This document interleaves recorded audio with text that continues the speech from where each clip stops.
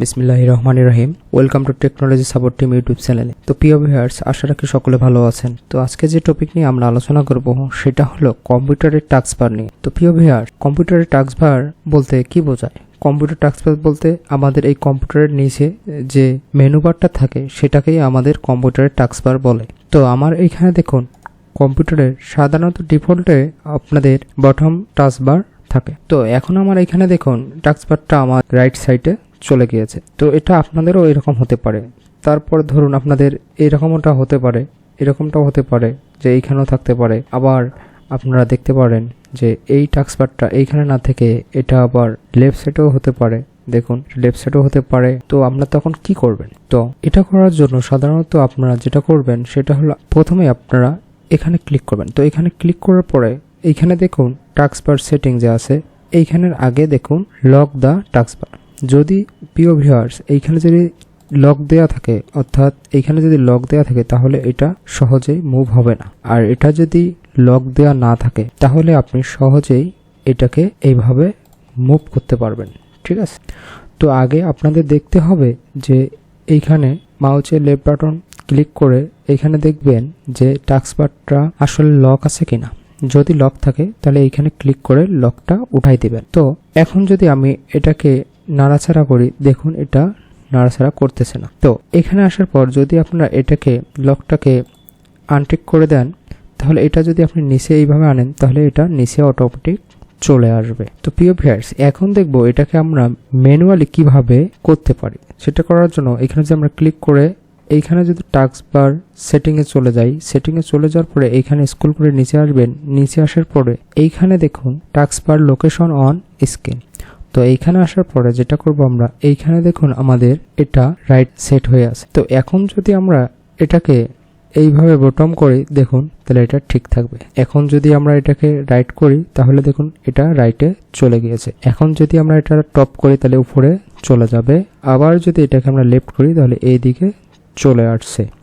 তো আবার যদি আমরা এটাকে বটমে প্রেস করি তাহলে দেখুন এটা নিচে চলে আসছে। তো বাই ডিফল্ট আপনারা এইভাবে সেট করে নিতে পারেন। আবার আরেকটা প্রিয় ভিউয়ার্স, এইখানে একটা অপশন আছে সেটা দেখুন ইউজ স্মল টাস্কবার বাটন। এখন যদি আপনার এটা যদি অন দেয়া না থাকে তাহলে যেটা দেখতে পারবেন সেটা হলো এইখানে টাস্কবারে যে আইকনগুলো থাকবে সেগুলো বড় বড় দেখাবে।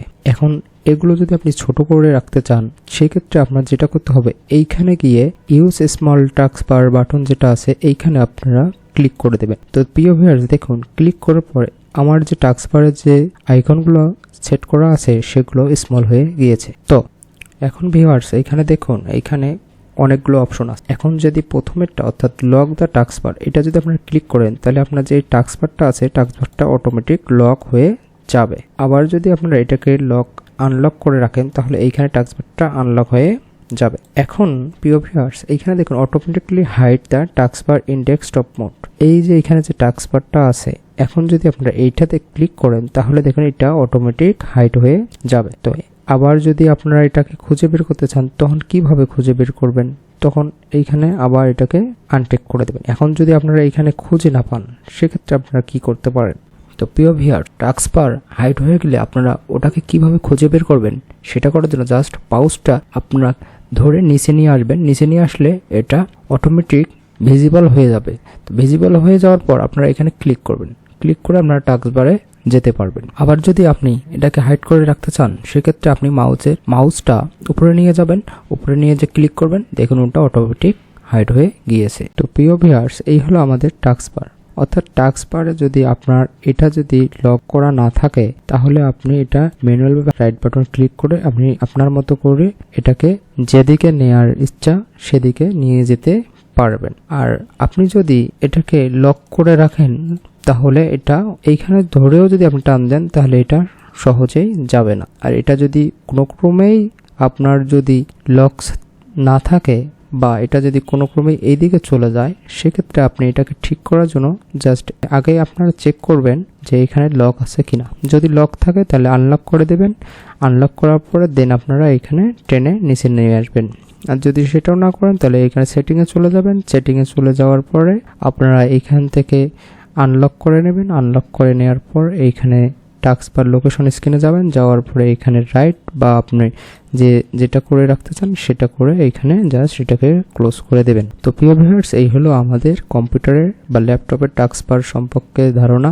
তো প্রিয় ভিউয়ার্স, আপনারা যদি আমার এই চ্যানেলে নতুন হয়ে থাকেন তো প্লিজ আমার চ্যানেলটাকে সাবস্ক্রাইব করে দিতে ভুলবেন না। সাবস্ক্রাইব করে দিয়ে পাশে থাকুন, পরবর্তীতে আরো নতুন নতুন তথ্য নিয়ে আপনার মাঝে হাজির হব ইনশাআল্লাহ। তো ভালো থাকবেন, সুস্থ থাকবেন, আল্লাহ হাফেজ।